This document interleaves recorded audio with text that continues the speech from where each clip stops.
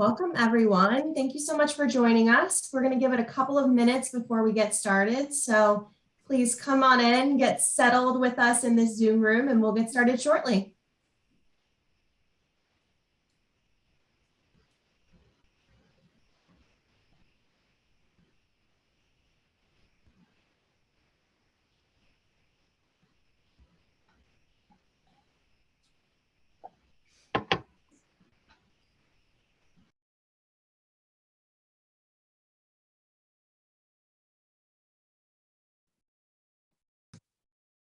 Welcome to those of you who just signed in.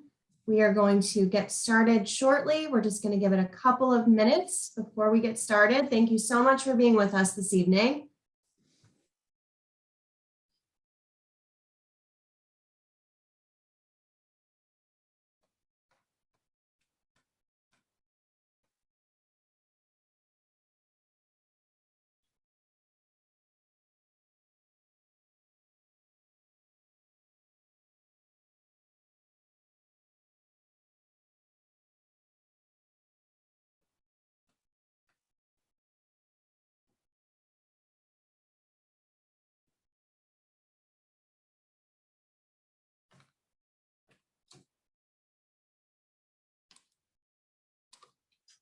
Hello, everyone. Good evening. Thank you so much for being here. I know one of our staff members, Julie, just said in the chat, but please feel free to introduce yourselves in the chat. Make sure you're responding to everyone, not just hosts and panelists. We would love for all of you to engage in conversation with one another this evening, but please feel free to say your name and where you're tuning in from in the chat. We would love to hear from you. And we are going to go ahead and get started this evening. My name is Jamie Clark. I'm the Senior Director of Programs and Community Engagement at NAMI Metropolitan Baltimore. NAMI Metro Baltimore is an affiliate for Baltimore City and Baltimore County, and it's a local affiliate of the National Alliance on Mental Illness. Here in Baltimore, we provide free support groups, education classes, and public education programs for people who live with mental health conditions and their families. We are incredibly excited to be joined this evening by Nancy and Dan Golczewski, who have graciously sponsored this event and will be helping us to kick things off this evening. So without further ado, I'm going to pass things over to Dan. Thank you so much. Great. Thank you, Jamie. And thank you to Jamie and Jess just for getting all of this set up tonight. I think this will be a really great opportunity for us just to have an open and honest conversation about mental health and athletics. So yeah, the title of the panel is Your Head in the Game? Athlete Perspectives on Mental Health. And that's really what we're looking for, to hear about each other's experiences and perspectives so that we can kind of learn and relate to those. Like Jamie had said, NAMI Metro Baltimore partners with colleges around Maryland, around Baltimore. And this week is their I Will Listen campaign. So there's a bunch of events that are connected to that campaign. But the whole goal is to raise awareness about mental health. My name is Dan Golczewski, as Jamie said, and I'm really excited to be a part of this discussion tonight. We have a great panel set up with four college athletes with us, some former athletes, but we've all been there. And lately, over the last couple of months, we've started to hear a lot more from professional and college athletes about mental health, from everyone from Naomi Osaka to Simone Biles. We've heard from Kevin Love in the NBA. So I think this will be a really great chance for us to continue that conversation. Beyond that, this is a pretty important topic for me personally, because like a large percentage of college athletes, I've definitely had my own struggles with kind of maintaining my mental health. I graduated from the University of Virginia back in 2019 after swimming for 4 years there. And basically ever since high school, I've been trying to figure out how best to prioritize my mental health. Back toward the end of my high school career, as I was preparing for college and college athletics, I started to notice that I was struggling with anxiety and panic attacks. And it didn't matter if I was in the classroom or in the pool or even at home. I would notice that I would kind of lose control of what was going on in my mind, right? And back then, there weren't a whole lot of professional athletes that were talking about mental health. So I started to see that as a weakness and something that I could just ignore and move on from. at that same time, my brother was learning to live with his own mental illnesses as a college athlete. And unfortunately, my brother Matt passed away in March of 2020 due to cancer. But I will always be grateful to him for kind of initiating that conversation around mental health within our family. Because of that kind of kickstart, I reached out to a sports psychologist early on, back when I was in high school. And we talked for about an hour, me and that sports psychologist. But we started that conversation by having the sports psychologist just tell me that I was absolutely not alone in feeling like I couldn't control my anxieties or my panic. He had worked with professional athletes around Baltimore, and he had firsthand experience with athletes dealing with their mental health. And we talked for another hour after that, but those first couple of words just telling me that I wasn't alone were probably the most impactful of that entire conversation. And then once I got into college, all the pressures of academics, of sports, of trying to find a job, that's always present when you're a college athlete. And I started to believe that I could just ignore my anxieties and my mental health again, and hope that they would just go away on their own. I think that as elite college athletes, we want to be physically stronger than our competition, but a lot of times we forget that we have to be mentally healthy for us to be able to show that strength. Thankfully, at UVA, I had two incredible sports psychologists who were able to give me the support and the education that I needed to understand my mental health.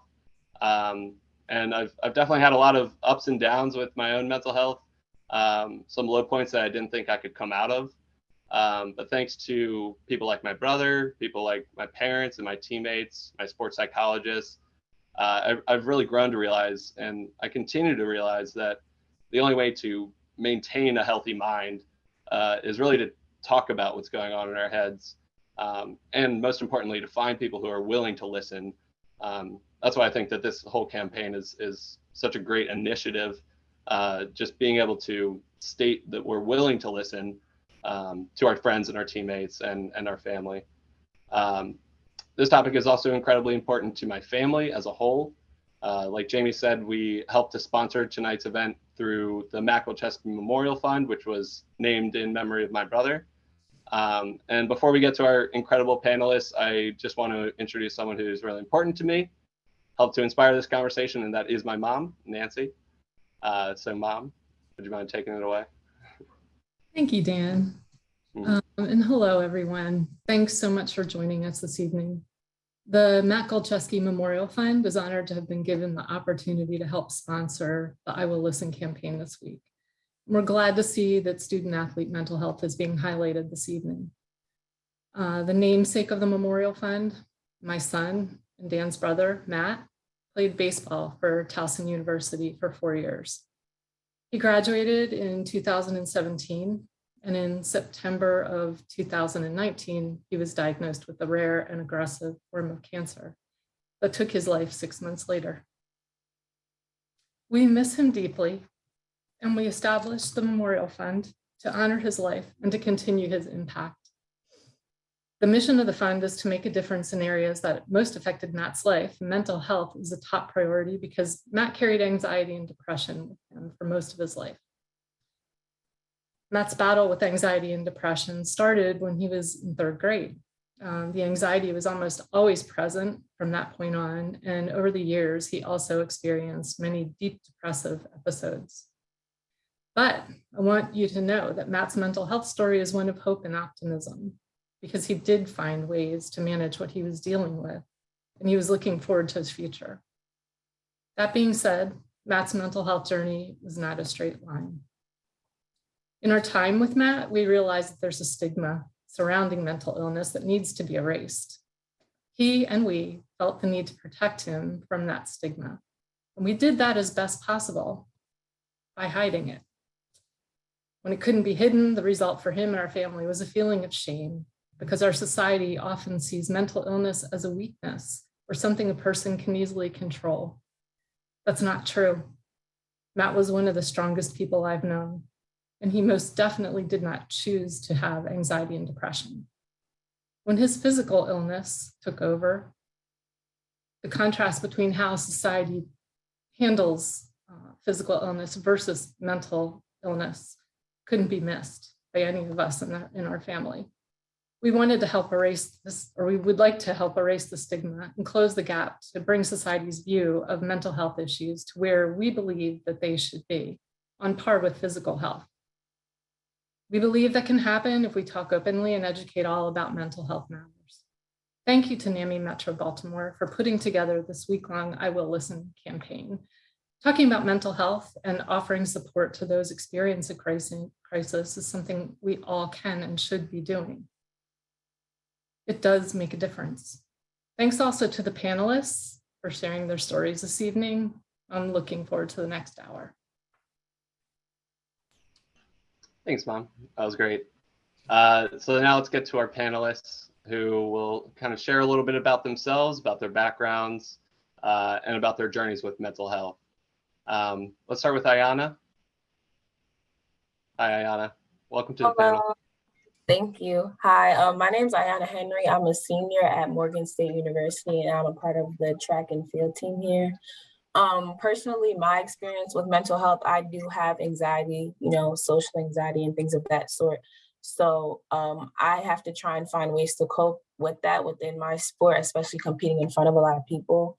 And, one of the first things I did when coming to Morgan, I asked, if we had a sports psychologist or somebody to talk to, which we didn't have and we still don't. So I've been trying, my best to bring awareness. I'm also a part of something called Ascend Scholars at my school, and I have funded research that I'm able to control. So the research I'm doing currently is on, how depression and anxiety affect student athletes academically, athletically, and as well as, in their everyday life. So my mission and my goal is to just bring awareness to mental health in student athletes because it is something that's overlooked.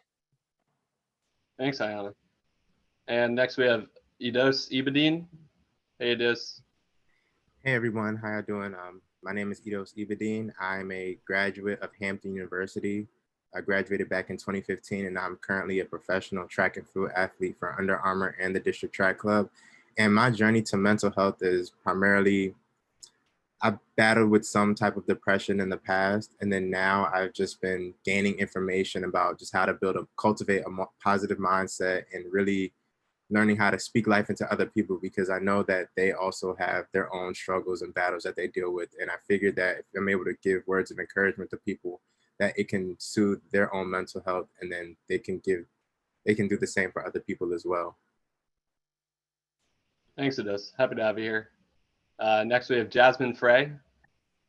Welcome, Jasmine.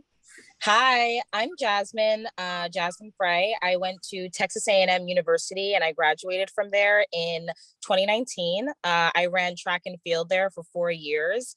And my journey with mental health probably started when I was about in high school. Like you said, Dan, I definitely struggled with it a lot, but I didn't know that it was a mental health issue. I didn't know that it was anxiety because mental health wasn't necessarily talked about. And so I didn't know that that's what I was struggling with. And it wasn't until I was about a sophomore in college that my coaches really started to notice a problem. And they really started to notice like, hey, something's wrong every time before you race, or, every time something important comes up, like you get really nervous and really anxious and you don't act like you normally act. And that's when they put me or asked me to go to a sports psychologist. And I was like, I don't even know what that is. Like, what does that even mean? And so I started going to therapy, and in therapy, I started to learn a lot just about how to control my anxiety and just how to do better, and how, I can take my anxiety from probably a 10 to a 9. And it just really helped me a lot. And so I think my mission is to just bring awareness, because some people don't even know, what does it mean to have anxiety? How do I know that I have that? How do I know that I have depression? Like what are the signs of that? And that's really important to me. And then moving forward, I want to help them just get better, do the best that they can and to seek help, because I think that's super important. And I don't think a lot of times it's, encouraged to have a lot of help. And so that's my mission. That's great. Thank you, Jasmine. And our final panelist is Olivia Lubarsky. Welcome, Olivia. Thank you. Hi, my name's Olivia. I am a TED speaker. I'm a former college gymnast from Towson University. I currently work as the program coordinator for the John W. Brick Mental Health Foundation, which is based in Baltimore, and I work to integrate holistic approaches into the mental health care delivery system. I'm also a member of Mental Health America's Public Policy Committee and their Committee on Anti-Racism, Equity, and Social Justice. My journey with mental health, I think similar to Jasmine, I wasn't really sure if I was really struggling with mental health, with depression specifically, and I thought that I was making depression up as an excuse for why I wasn't performing the way I wanted to. So as much as I was a member of the gymnastics team, I was not competitive my first 2 years, but ultimately kind of turned my struggles into a platform for my community and created an initiative that unites mental health and athletics. That's awesome. Thanks, Olivia. Okay, so now we're going to get into a couple of specific questions for our panelists. So our audience here can kind of hear a little bit more detail about their stories and hopefully relate to some of the experience that they've had. So we talked a little bit about how the stigma surrounding mental health in athletics has been starting to at least get awareness with professionals like Naomi Osaka and Simone Biles. But Ayanna, I want to ask you, we still see that stigma around mental health in athletics. So how do athletes being more open, how do people like Naomi Osaka being open about their mental health kind of help to change the conversation? And what changes in that stigma have you seen, especially recently? Okay, yeah. So, there's this stereotype that athletes are supposed to be just as tough mentally, in their sport as they are in everyday life. And, this isn't the case. So I feel like athletes being more open about their mental health changes the conversation, seeing that coaches will become more knowledge on the topic. I feel like as an athlete, personally, from my experience, they're expecting a lot out of you on your respective playing field, but you can't give your all if you're not 100% there. So, seeing people like Simone Biles and Naomi Osaka take time out for themselves, get the proper counseling they need, has brought awareness. Like even in my classes, when I speak on student athletes, how we deal with our personal lives at home on top of school and sports, a lot of my professors are even, students who don't do sports are like, they never thought of us in that way. They think we just do our sports, compete, do the best that we can do and go on about life, but that's not the case. Everyone is dealing with something. So I feel like now that more professional athletes or more famous athletes per se, now that they're bringing their stories out front, and saying my mental health, my body comes first before this sport, it's showing that we are more than just our athletics. Thank you. That's great. Yeah, I've been kind of following along with Kevin Love for his whole mental health journey, and being able to see someone who has had panic attacks while playing an NBA game and be able to speak about that is really special. And I think it helps everyone in the community, college athletes, professional athletes, even non-athletes. One thing that I've noticed that Kevin Love has talked about a lot is that we as athletes know how to take care of our bodies. We know how to go to the gym and get stronger physically. And he's trying to force the idea that we can do the same thing for our minds. We can take our mind to the gym by doing stuff like talking to people, by going to therapy. So Ados, I wanted to ask you a question that I know that therapy has been really important in your mental health journey. So I wanted to ask you what kind of are your key takeaways from your time in therapy, and what can you tell us about that? Yeah, so the thing I loved about therapy is that you're able to talk to somebody about your life who isn't necessarily in your life. And so they have an unbiased view of what's going on. And for me, when I was dealing with trying to qualify for the Olympics, I saw that I was having unnecessary anxieties about, whether or not I'm going to make it and all these things. And I was losing sleep over it. And it got to a point where I had to talk to somebody about this issue because this isn't something I normally felt when I'm competing.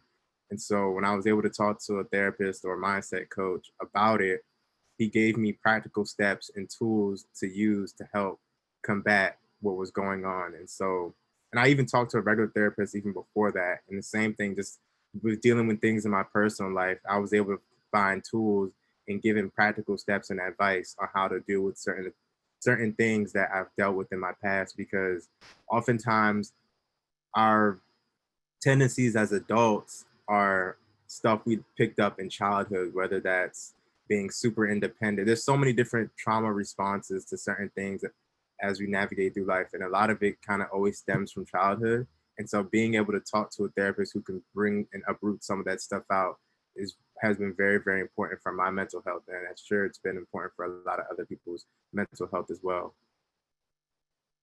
That's great. Yeah, you said something that definitely resonated with me about learning what tools we can actually use to recognize kind of just to have the awareness of what's going on in our heads and how to react to it and how to make it better.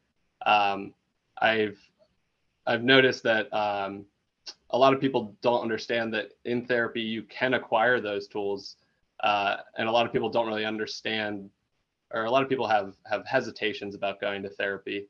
So I wanted to ask Jasmine that I know that you've been in therapy as well, and you've had some positive experiences. So what do you wish more people understood about therapy, or what would you tell someone that says that they don't need to go to therapy? I would just tell people, really try to seek out therapy or a sports psychologist. I think that a lot of people are honestly, one, kind of afraid because, at some point you're going to have to dig up maybe deep things about your past or something that you don't want to talk about. And that's really hard for a lot of people, including myself. I don't want to talk about my issues. I only want to talk about happy things, but that's not realistic. And I think it's so important to go to therapy because, at least personally for me, when I was in therapy with my sports psychologist, I realized that we probably talked about track maybe like 5% of the time. The rest of the time, we honestly talked about my personal life, because my personal life was really the part that was honestly affecting a lot of the anxieties that I had. And I think I was taking a lot of my issues from my personal life to the track. And, a psychologist also helps you to learn how to manage your anxiety. And like I was saying before, I was trying to take my anxiety down from a 10 to a 9. That's exactly what they're there for. They're there to give you tools and exercises in order to help you. He helped me just learn, what I should do, coloring or exercises or having apps, Headspace or Calm, or just doing anything that I needed to do to really relax my mind. If I'm, really having a lot of anxiety, having a tough time, what do I need to do? How do I need to calm myself down? Breathing exercises. And then secondly, I think it's really important to realize in your personal life, they help you solve a lot of issues. I can say for myself, I had a huge issue with boundaries. I kind of let anybody, do whatever they wanted, walk all over me, take advantage of me. And it was actually quite draining, and it was draining into my track life. And in order to set those boundaries, he would kind of guide me on how to do that. But in order to set boundaries, you have to communicate. So from then I'm learning, oh, wow, I'm actually a really bad communicator. So now I'm learning, okay, this is how you communicate with people. This is how you get your point across without being mean, but just being direct and also being clear. And then I'm learning, okay, now that I did that, I've set my boundaries. Like, wow, I'm with people all the time. I actually like to be alone. Being alone actually calms me down, lets my battery kind of reset. Like, wow, like this actually feels really good. I never would have known that, or never would have attempted to even do those 3 things had I not been in therapy, had someone, like Ito said, point out an unbiased opinion. Because everybody just thinks Jasmine's a people person. She wants to be with people all the time. When in reality, I probably didn't. I just was doing it because, that's just what was happening, and I was letting it happen, even though I might not have wanted it to. And so I just think they really help point out to you, the do's and the don'ts and the rights and the wrongs for you specifically as an individual, and I think that's the most important thing, to take care of your mind, just like you take care of your body individually. And so I definitely think it's a really important thing to go to therapy. I'm such a huge advocate for it. And I just love it. And I hope everyone seeks one out after this, or, at least attempts to try to find one. because it really is a great place to go to. That's great. Yeah, I think therapy is definitely a really important part of, or can be a really important part of anyone's mental health journey. But it really is it's one facet of it, right? We have our psychologists, we have our family and friends, and we also have just our broader community, and everything kind of bleeds together and contributes to the state of our mental health. So I wanted to go to Olivia, and you created a community group that's focused on mental health awareness, and that was at Towson University. Can you tell us a little bit more about the inspiration behind that organization? Yeah, absolutely. So I was really inspired by kind of my own experiences and then kind of looking around outside of my own head. And during my freshman year at Towson, I struggled with depression that stemmed from like a really inflexible fear of failure that accompanied my perfectionistic mindset. I think as a gymnast, I was a perfectionist for as long as I can really remember. And learning how to overcome depression during my freshman year, I kind of turned to athletics and shifted my approach, and athletics really became my outlet. So I'd go to practice, and like that was the chance for me to just leave all my emotions and thoughts about everything else in my life, like at the door. When I walked into the gym, like that was my time to just let go. And that was super, super helpful until the next year came around. My sophomore year, I suffered a season-ending injury when I tore my Achilles. And all of a sudden, this like outlet was taken away from me. You know, I was going to every practice, especially in the beginning, like could not do anything. So I was sitting there with like my leg up on a block with ice. And I was just like, oh my gosh, flooded with all these emotions that I no longer had an escape from. So one of the things I noticed right away was this disconnect between the support and the treatment that I received for my struggles with depression versus my, huge physical injury everybody could see. I remember pretty vividly right after I got hurt, I felt really confident that although the next 10 to 12 months was going to be a really long and painful and probably pretty frustrating journey of recovery, like I knew step by step I was going to be okay and I was going to get back to competing. When I was struggling with depression, I had no idea what my journey was going to be, and a lot of other people didn't really either. So that kind of prompted the creation of what's called Own Your Roar, a little play on Towson University Tigers. And Own Your Roar really works to recognize and validate mental health alongside physical health and mitigate that disparity in resources by increasing the student athlete support system. That's awesome. I think validating mental health along with physical health is probably one of the biggest things that we can do as a community. Like you said, when you get injured or when you get sick, everyone tends to rush to your side and want to help out. But when people are struggling with mental illnesses, that same reaction isn't always there. So I think that's an awesome program that you have going there. I'd like to open it up a little bit more to the full panel that we have here and ask a couple of general questions, and hopefully we can mention some things that will relate to everyone in our audience here. So my first question for the full panel, given all the priorities that you have as an athlete, especially as a student athlete, as a college student athlete, how do you, or how did you, if you're a retired student athlete like me, how do you kind of make time for your mental health as an athlete? Where do you find the time, and how do you balance it with all the other priorities that you have going on around you? I personally try to make sure I have a calendar where I honestly just say, okay, every Thursday, and this is literally my schedule, every Thursday at 7:30, I'm going to meet with my psychologist, just because I have practice in the morning at about 9 a.m. So they're not going to be able to meet with me at that time. And then, a lot of student athletes, they might have other obligations, work.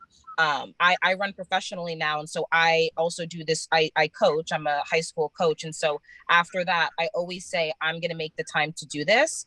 And I've actually found with my mental health, whenever you make a promise to yourself and you constantly keep it, it genuinely builds confidence, because now you're confident in yourself that, okay, I'm going to keep this promise to myself, that I'm going to have some self-care for myself. Like I'm going to do the best that I need to do for myself. because I love to take care of people. I love to be a caretaker, show love to my friends, family, anybody that I can. But I personally can't do that unless I feel at my best and unless I've taken care of myself also.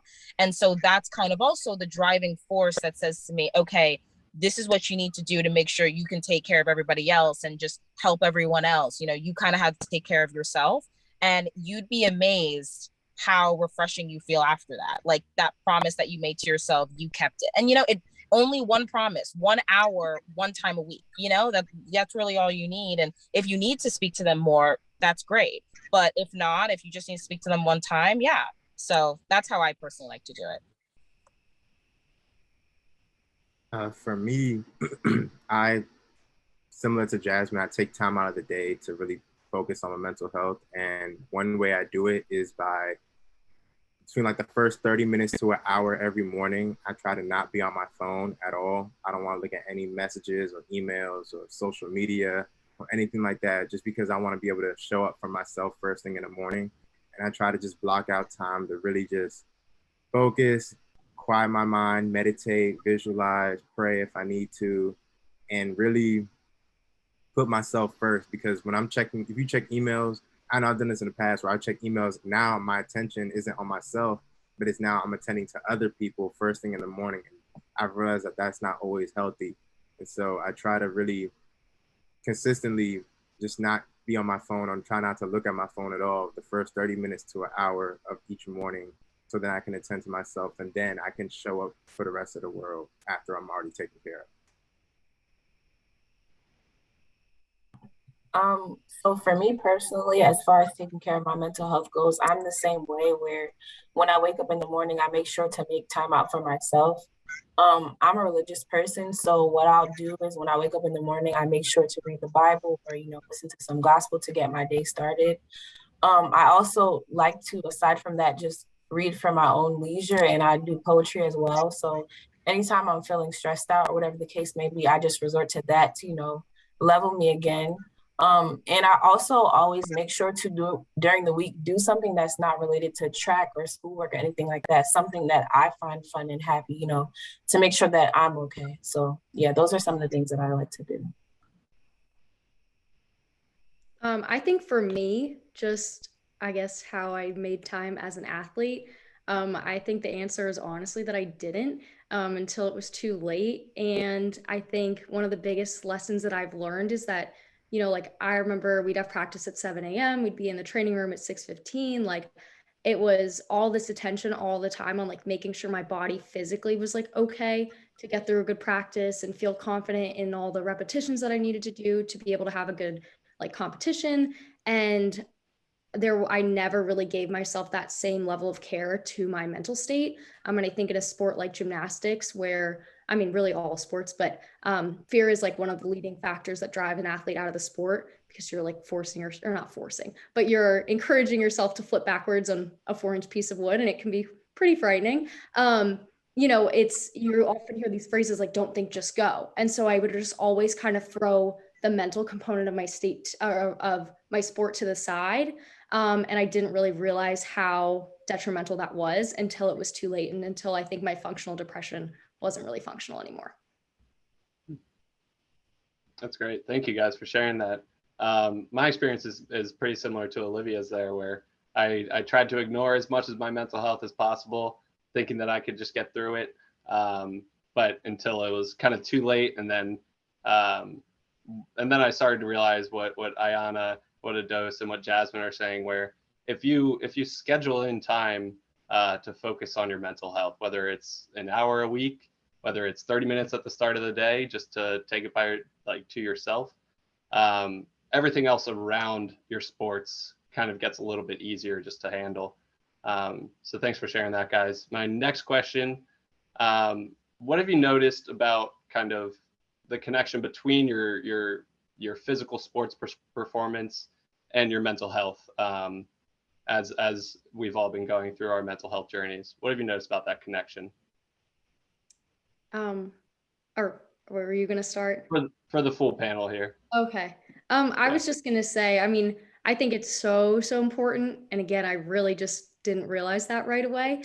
But I think after overcoming like the deepest part of, or the darkest part of my depression, and then facing kind of that similar setback when I then got tore my Achilles, I really started to understand that rest was like just as important as training hard, and turned to like training smart. And so tried to incorporate things into my routine to make me feel more grounded. But I think it really is just so important to allow yourself that space that you do for your body as you do to your mind. And when I shifted, I think my whole training routine to actually including like the mental component, I became so much more confident in my gymnastics. And in turn, like my athletic performance really did increase. Yeah, to piggyback off of that, I think mental health and physical performance, they're kind of correspond with each other. And what I mean by that is oftentimes we athletes, we proceed to train our bodies, but no one ever really talks about training your mind, right? And when I started training my mind in early 2020, I noticed that first off, training your mind is very difficult. And also, I noticed how oftentimes my mind runs rampant, right? So if I want to focus and meditate on one specific thing, I notice how much I'm actually thinking about other things and how hard it is for me to actually focus on what it is I'm supposed to focus on. And also, I see when I do train my mind, I become way less judgmental of myself, because in the meditation training I do, it talks about, let thoughts come and go without any type of judgment. And that has allowed me to not only not judge my thoughts, but not judge my performance on the track as well. And I think as an athlete, it's very important that we don't necessarily judge ourselves based on our performance, but rather judge ourselves based off of the human that we are, because we're people and humans first, and we're all worthy of love and respect, regardless of what our stats might be. Yeah, and kind of just to piggyback off what Ito said, just for anybody that doesn't know, me and Itos are actually on the same team. We both run for Under Armour, and we're both on the same team for District Track Club. And when I came to the group in 2020, I had seen that Itos is always reading these like mind self-help books. And I'm like, oh, like, why do you do that? Like, why is that a thing? And he was just talking to me a lot about how he's helping himself to kind of train his mind and just kind of understand the way like the mind works, and to kind of just train your mind and, to be the best athlete that you can be. And I thought that that was really powerful. And I've actually tried to do that. And I would say the same thing. You realize kind of how hard it is to train your mind, just as hard as it is to do a physical workout, physical hard gymnastics or track workouts or swimming workouts, it's just as hard to train your mind. But you start to realize the connection that when you really do train your mind and you exercise your mind, not only at meets or competitions, but also at practice, you really learn to get a sense of yourself. And when you kind of nail down those exercises, exercises that will really help you develop your mind, it just tends to help you a lot when you get to the meet and when you get to your competition. And I think it's definitely, for me, relaxed me a lot. And I feel a lot more confident about myself. And I just feel a lot better throughout my competition, or my mindset before my race feels a lot better. And so I've noticed the connection is huge, and it's a huge impact to really train your mind, train yourself, and to know how you think. Yeah, I can definitely attest to that.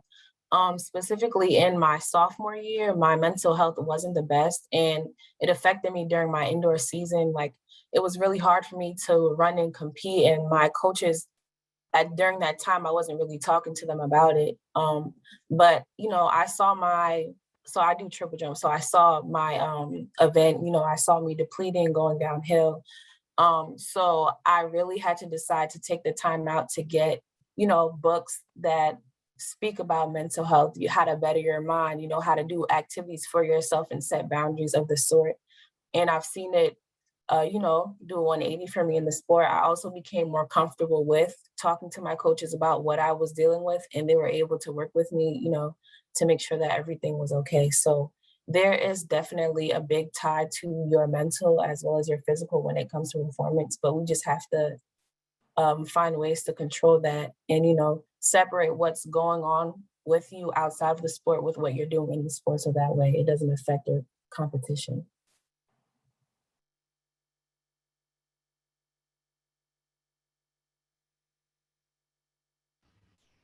I was muted there. I think all of you kind of hit on the fact that we know really how to train our bodies, and when we train our minds in the same way that we train our bodies, by making time for it, by working it into our routine, by giving space for it, it really contributes to our performance. Just because that's a part of what makes us an athlete in the first place. I also want to highlight what Ayanna and Ido said about being more than the stats that you see at the end of the day. I think as athletes in all sports, we tend to feel like we're purely judged based on the numbers, the scores that we put up, the times that we do, the distances that we jump. But I think it's really important to note that we're definitely more than that. We're human beings way before we're athletes. So that's great. Another question for the panel here. And then I'm going to get into some audience questions. I see some popping up in the chat, so we'll be getting to those. But one more question for the panel here. If someone in the audience is struggling with their mental health, or if someone in the audience has a teammate that's struggling with their mental health, what advice would our panel give to that person? I would say don't be afraid to get help.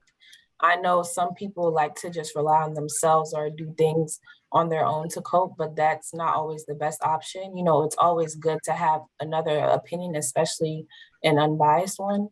And I would say for a teammate who's struggling with those things, don't be afraid to reach out to them. Some people, again, will want to rely on themselves, but somebody always needs somebody to, whether it's to talk, you know, just to check up on them if they're okay.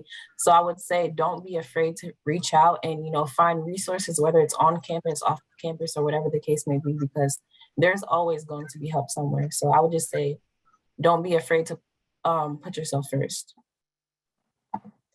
Yeah, to piggyback off of that, I completely agree. I would just say the first thing to do is seek help. You know, I know it can be so hard because you're kind of talking to a stranger, right? You feel like you're talking to someone you don't know. How can they understand what you're going through?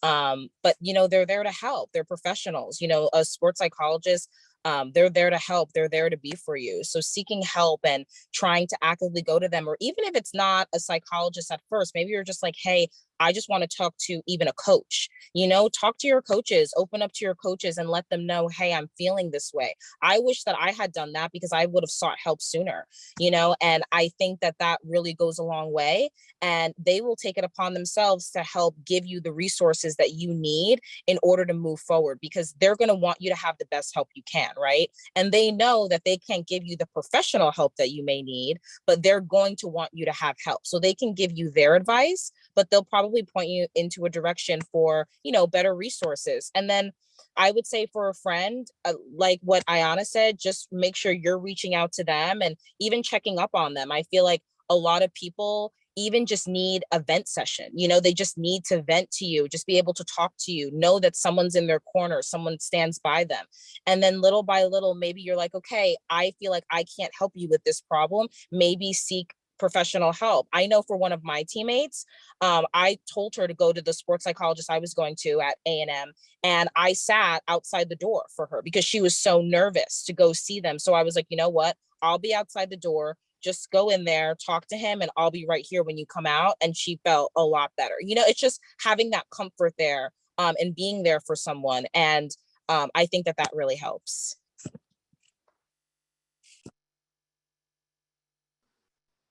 Also, I think another point to share is that I think active listening is important.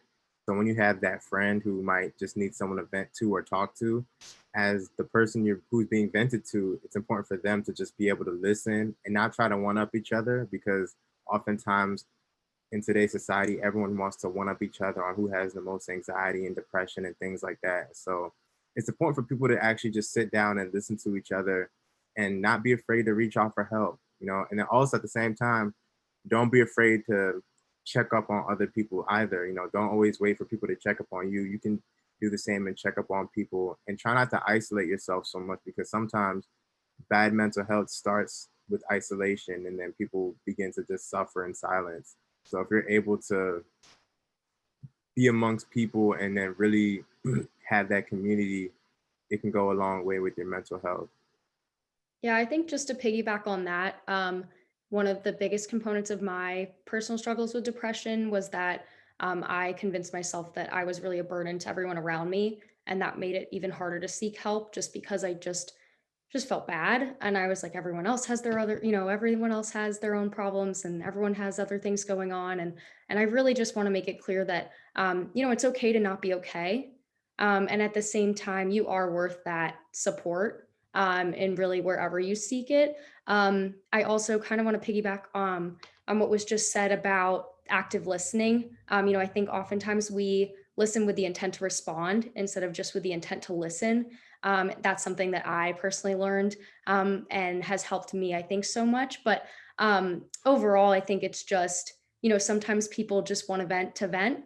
And so sometimes I know, if a teammate was struggling and they came to me, one of the first things I would ask is, hey, are you looking for a response, or do you just need to vent? Like, are you looking for advice, or is just like you just needed to get it off your chest? And so I think that's really important for family support as well. And then overall, just I guess advice, like I really try to always look at my like mental setbacks as equivalent to physical, just because it's easier. It's like a more tangible concept to understand.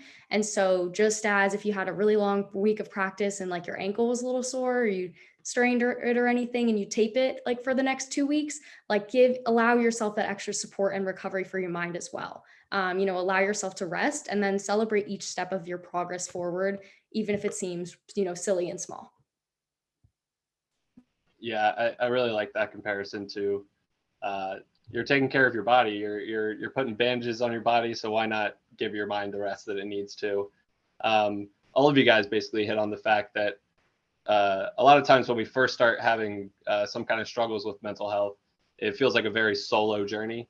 It feels like you're alone, and even if someone else is having similar problems, like you can't go to them, you can't seek help. It feels very alone. But all of you kind of mentioned that the best way to break out of any kind of low point with mental health is to reach out and to be willing to listen to your teammates and your friends. So I think that's great. We're going to start to get into some of our audience questions now. So our first question kind of centers around what to do when the support and the resources aren't there. So like Ayanna, I know that you said that at Morgan State, they don't have those sports psychologists there. And sometimes when we go to our parents or our coaches, they aren't responsive when we talk to them about mental health. They think that it's they have that old school mindset that you can just get over it and it's not a problem. So what would you say to someone who is having difficulty talking to someone that's in that kind of seniority position, and someone who doesn't have that person to go to? So what I would say to somebody who's dealing with that situation is to, make sure to educate yourself on what you're dealing with, whether that's going to blogs or posts, reading books or whatever, because if somebody else can't help you, you have to always make sure to prioritize and help yourself. Also, I had a similar experience where at first when I was telling my coaches about my mental health and anxiety, they were like, oh, just get over it, just jump, you know what you need to do, what's the issue? And they didn't really realize how bad it was until I started really sending them videos on the things I deal with, like my anxiety and my depression when I was dealing with it at the time. So I would say, even if they're not listening, just drop things to inform them. You don't always have to look for a response, but as long as they see that, they'll know that you're serious about this topic.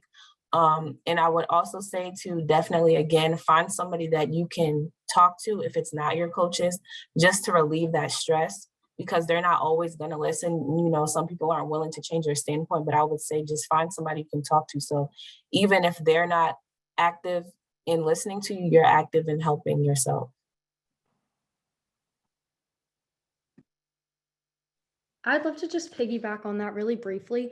I just want to kind of speak to the benefit of like increasing the education. Like for me personally, I think the first time I like somewhat accepted that I might be struggling with depression, I was like, I don't really even know what that means. I think I'm just being dramatic. And it really took like months of like reading and understanding like the chemical imbalances and everything to like convince myself like, oh, this is real. This is something that happens to you. It's not something that you can just make up.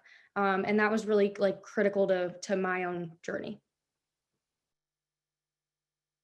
Another great thing to do with like your coaches aren't necessarily listening or teammates is to consume different kinds of content, right? YouTube and podcasts, and those have been game changing even for my own mental health journey because I've learned so much from just listening to people's stories and hearing different like psychologists' perspective on certain things and reading all kinds of books as well. You know, I've had pretty much had my own personal therapy sessions by reading a few books myself. So don't be afraid to educate yourself, like Ayanna was saying, and really consume content that gears towards mental health. It's game changing. Yeah, I would also agree. Especially at my school, I felt like mental health was taken seriously, but I definitely wanted it to be taken more seriously with the athletes. There were a lot of at least swimmers and track and field athletes that I knew of that were really, really struggling.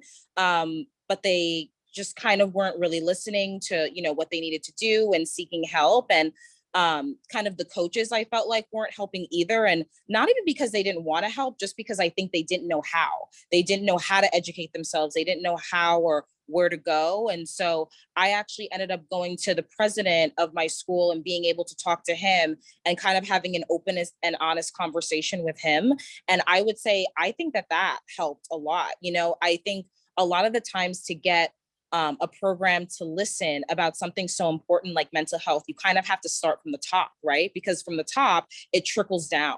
And so starting from the top and talking to the president, my coaches are not going to ignore the president of our school, right? Like you can't do anything about that. So if he's telling you, hey, you need to take things more seriously, you need to do better with this, they're going to do that, you know, and it doesn't have to be as drastic as that.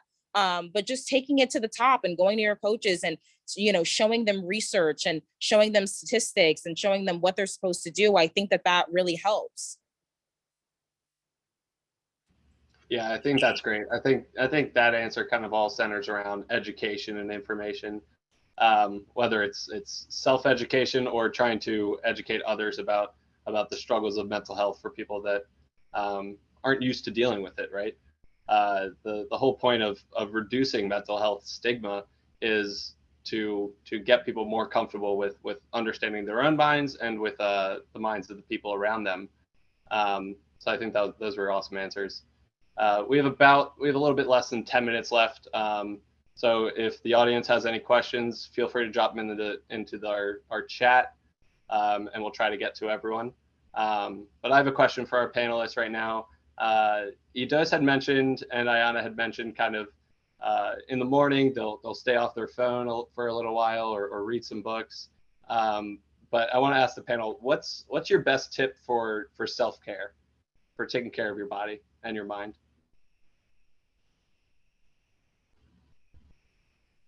Journaling, reading, those are my favorites. Journaling and reading, those are my favorite productive, I would say, more so self-care. And then my more unproductive is like, okay, I'm going to put on like a face mask tonight, or I'm going to take an Epsom salt bath, because that's still helping my body, but it's almost like taking like a bubble bath also, or like, you know what, I'm actually going to not do anything tonight. Like, I'm just going to watch Netflix because like I need a break. Like I need to disconnect and relax and kind of like connect through something else that's like not really reality, you know? And I think that like really helps me. Yeah, I think all the activities that Jasmine mentioned are awesome. I also want to add, like, I personally, like, I was like, I'm just going to try everything. And I tried journaling. And I think, like, the biggest thing that was hard for me is, like, I would, like, judge what I was writing, or I thought I was, like, supposed to write something specific. And it's like, as much as you can with everything, like with any kind of self-care technique that you try, or just granting yourself the space to just like chill for a minute, like as much as you can withhold that judgment for your own self. Like I said, one of the hardest lessons I had to learn was how rest was just as important as any productivity that I kind of was working on. So really just let go of that judgment towards yourself, because I'm sure you wouldn't judge other people, and don't, grant that kindness to yourself as well. One big thing for me is self-talk. Now, over the years, I've definitely changed the way I talk to myself. And for example, right, a lot of times an athlete might make a mistake or someone might make a mistake and they'll say, oh, I'm so stupid. But it's like, no, don't say that. You're not stupid. Maybe what you did was stupid, but there's a difference between the two. Oftentimes we try to identify with our actions instead of being able to separate from the two. So it's a very important that we're able to separate what we do versus who we are. And also, another thing I do to kind of like self-care is I love deep conversations with people that are close to. I realize that deep conversations help me. It almost rejuvenates me in a sense. It's like, yo, that was a really good conversation that we just had. So I recommend, don't be afraid to talk to your friends about anything. And that could be anything that you guys like in general. So don't be afraid to have those deep conversations that don't mean too much, because it can definitely do wonders for your mental health. Just to follow up on what Ito said, as far as speaking with your friends, me and a few of my teammates would do this thing called Sister Circle, where anytime we were feeling down or whatever the case may be, we just gather together in somebody's room and let all of our feelings out. It didn't matter if it was about track, about school, outside of school, just to, let go of what we were feeling in that moment. But besides that, for self-care, what I like to do is journal as well. I write down every and anything I'm feeling. I also like to do grounding techniques. So I'll, walk around in the grass with my feet out just to get that connection, or I'll do sensory activities. So like painting, drawing, doodling, whatever the case may be, or even cooking, just to get my mind off of certain things, and do something that I personally like. I also do like to take notes of positive affirmations or whatever the case may be. So every day I'll read them out to myself, just as a reminder throughout the day, to push me to keep going, and, just always make sure that I know that I come first. And as long as my mental health is okay, I'll be able to get through the day or whatever the case may be. That's great. Yeah, I think my best tip for self-care is a little bit boring, but it's still something that I struggle with occasionally. It's just getting enough sleep. That's where our mind is able to recharge, where we're able to kind of just step away from everything for a little while, get enough sleep, and healthy sleep too. That's my best tip there. We have another question in our Q&A box here that kind of relates to our previous question about how to work with your coaches. There's a question here that asks, that's coming from a high school coach, and they're asking what they can do as a coach to address players' mental health. So panel, what do you think coaches can do on their side of things to get educated about mental health and to be more of a resource? I think some things that coaches can do is read books on mental health, watch YouTube videos, and also listen to the athlete. Granted, I know a lot of athletes tend to make a lot of excuses and things like that, but try to listen to your athlete without any kind of judgment and just be there for them. Oftentimes, when people are venting about their mental health, they just want someone who's going to listen to them without any form of judgment. And if you're able to do that, the athlete's going to form a bond with you that they never thought they could. And oftentimes, it's hard for athletes to even do that with their parents. So you as a coach, athlete is looking at you as that guidance, right? To be able to speak to them and be able for you to be able to talk to them. So definitely listen to the athlete without any form of judgment, and really podcasts, books, YouTube videos, all that good stuff. Yeah, I would definitely say to learn how to communicate. I think that's a really important factor that a lot of coaches don't know how to do. Like, you just have to learn to say, hey, like, I'm noticing this about you. You're kind of doing these things that are kind of odd, not normally like you. What's going on? Like, what's wrong? What can we do better in order to fix that? And so I would just say communication is like a huge factor that a lot of coaches need to work on. And just, like Ito said, looking up, what can I do better? What is it about athletes that statistics say really help them? Like, what do I need to focus on? Should I bring it to light? Like, should I have a buddy system, so somebody can always go to someone, whether it's a senior to a freshman or, a sophomore to a junior. Like, what can I do in order to instill, mental health is important to me as a coach. I want to instill it in my athletes and let them know it's okay to talk to me. It's okay for you to speak to me and know that you won't be judged. I agree. I would also say, as a high school coach, to make sure to form that bond with your athletes, not only at the athletic level. I don't want to say like a friend, but just get to know them personally, because once you know who they are outside of athletics, you'll see, you'll notice the changes in their performance, or how they're acting that day, and you'll therefore be able to help them. I would say also to make sure that your athletes have that tight bond outside of track, so they can hang out, do things to just de-stress and relax. So, just making sure all in all that everybody has a bond, because even though you are a team, you're also a family in a sense. You're practicing every day together, day in, day out, going to competition and traveling. So it's good to, be close with one another and be sort of like a community. Just to kind of like sum up what everyone said, I also think taking the time to understand how each of your athletes like communicates, because people are very, very different. And sometimes, maybe like I've had teammates where a coach would raise their voice and that would kind of light a fire under them. They get mad, they get super motivated. And the coach takes the same approach to another one of my teammates and they would shut down. So I think really understanding how your athlete learns and communicates is also really important to that.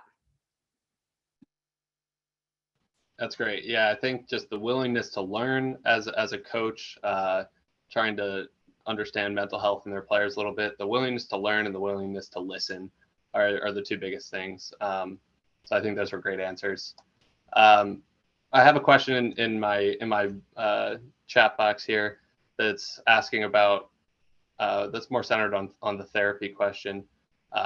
And I think a lot of people, when they go to therapy, they'll get there and they'll start talking to a therapist, and they'll get to a point where they think, am I really supposed to be here? Am I supposed to be talking to a therapist? Or maybe I'm okay. Maybe I can just go home and deal with this. So what would you say to someone who kind of has doubts about going to therapy because they think they're completely healthy at some points? So they have that kind of uncertainty. What would you say to someone with that thought? I would tell them that therapy isn't always a quick fix, and they also going to therapy. You have to do a lot of work, inner work yourself, after therapy, and it's important that you're completely honest and transparent with your therapist. Like, I've heard of cases where people begin to lie to their therapist and certain things like that, which is absurd, but really take the time out to do the inner work, because it's dirty work. It gets ugly sometimes. You're going to be in there maybe crying sometimes in a few sessions, but really take time to give 100% to therapy. At least try it once or twice if you need to. And just know that if you see a therapist one time, all your problems aren't going to go away, or even two times, because it's been a lifetime of problems building up. It's not going to go away in just one session or two sessions. So it's important to know that therapy does take work, and you have to be willing to do the work. Yeah, I completely agree with that. With therapy, you just have to make sure that you're as vulnerable as possible. And, I know it's really hard to put yourself into therapy if you maybe feel like you don't need it. But if you have other people around you kind of encouraging you, your coach is encouraging you, maybe they see something that you don't. You have to kind of think about that they have a view and they're seeing something abnormal about you, or abnormal that you wouldn't normally do. And, going into therapy, like we talked about before, they have a very unbiased opinion. And so they're going to try to help you navigate and solve those problems. And so that's why I think it's really important to go. And I said to myself, at least at first, I was like, I really don't want to do this. I'm only going to go to 3 sessions. And after the 3rd session, I found myself wanting to go back, because you find yourself wanting to keep unlocking those answers to why you're doing certain things or why you've been this way your whole life. And I think that's really important, and it becomes definitely addicting. So I think just try it, give yourself 3 sessions and see how it goes. Yeah, just to follow up on that, like Jasmine said earlier, the goal of a therapist, they're there to help you, to make you see things differently and for you to all in all become better. And, just because you're not seeing the progress in that moment doesn't mean it's not happening. it's a process. So slowly but surely you'll see those changes, even if it doesn't feel like, it's that way. You'll eventually see, maybe a week, 2 weeks, 3 weeks, however long the time is, you'll see changes in your actions or, how you perform, how you deal with certain things. So I would definitely say don't stop going, even if it feels like nothing is happening, something is. So, just always remind yourself of that.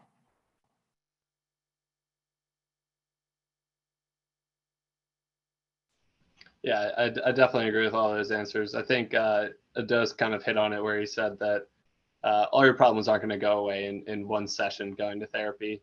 And it's a lot like going to the gym. Like, you're not going to get jacked by just going to the gym one time. You gotta commit to it, and be ready to go again and again. I think we have time for one more question. So thank you to the whole audience here for sticking around past 7 o'clock. Really appreciate it. Thanks again to Jamie and Jess for setting everything up tonight, and thank you to the panelists. Our last question is going to be, what can family, what can parents, what can siblings do to help student athletes when they're dealing with mental health, but maybe the parents and the family and the siblings aren't necessarily right there on college campus to help them out? What can they do to help? I would say just be open to listening to what your family member or friend is dealing with. Even though you're at a far distance, there are certain ways you can help. Again, just educating yourself on the topic. Also making sure to check up on your family member, because though they may not be calling you all the time while they're dealing with sports and school, they still need that help. And, you never know what they're going through that day. Maybe that call is something that they really needed, or that talk is something that they really needed. So I would say just make sure to stay connected and be active in, guiding them into the right space. Yeah, I think that's really important. I know for me personally, college, I think for a lot of students and student athletes, college was a really huge transition for me, especially going all the way across the country. And so, there was part of me that was kind of would hide some of my struggles to my parents because I had 3 younger sisters and I didn't want them to worry about me. But at the same time, I think having their support, just checking in, even if I wasn't sharing like my most vulnerable issues, just having that consistent like check in and kind of stepping outside of my own head was really, really helpful. I think what we touched on earlier about active listening is really important. Really listening with the intent to just listen and to be a support system, and not always with the intent to respond. And maybe if you don't really understand something, instead of jumping to your reaction, really diving into that education is so important. Yeah, what I would say would help the most is honestly just being a great support system, just being there for them. There's a lot of times where athletes, they really don't even need you to say anything. They don't need you to really do anything. They just want you to be there for them. They just want you to check up on them. They want you to hug them, after their meet, and just make sure that they're okay. Even grabbing dinner together, and just hanging out, watching a movie together, and just having that close-knit support system, I think really, really helps them. And it's something that whenever they're going through a hard time, they know that they can fall back on that. And they know that they can say, okay, like, at least I can go back to my friends or my family and just watch a movie and relax, because they don't judge me. They don't care about how well I did in a race, or how many points are scored in a basketball game or anything. They just care about me, and they care about that I'm happy and that I'm living my best life. And I think that's probably the greatest gift that anybody could give you. And so that's what I would say, just be there for them and love them. Yeah, and then also I think it's important for parents to just be as non-judgmental as possible. Love on your children, and make sure, I don't want to ruffle any feathers here, but make sure that you're not a part of the problem, because a lot of times parents can definitely put unnecessary pressure on their child to compete well, whether that's at the high school level, college level, and sometimes the kids feel so much pressure from their parents that they don't even want to play the sport anymore. And so parents, make sure that you're part of the solution rather than the problem. So just learn to be there and really just be their support system, because they're going to need it when they're in college playing their respective sport. Thanks, guys. Yeah, I think just to close out, athletes are more than their stats, like we said earlier. So we're more than athletes too. So thanks again to the whole audience here. Thank you to the panel. Really appreciate it. Thank you to NAMI Baltimore for putting together the I Will Listen campaign. I think this whole initiative is really valuable to the entire community. So really appreciate everyone for tuning in, and we'll see you next time at some other event. Thank you, guys. Thank you for having us. Thank you so much. Thank you. Thank you.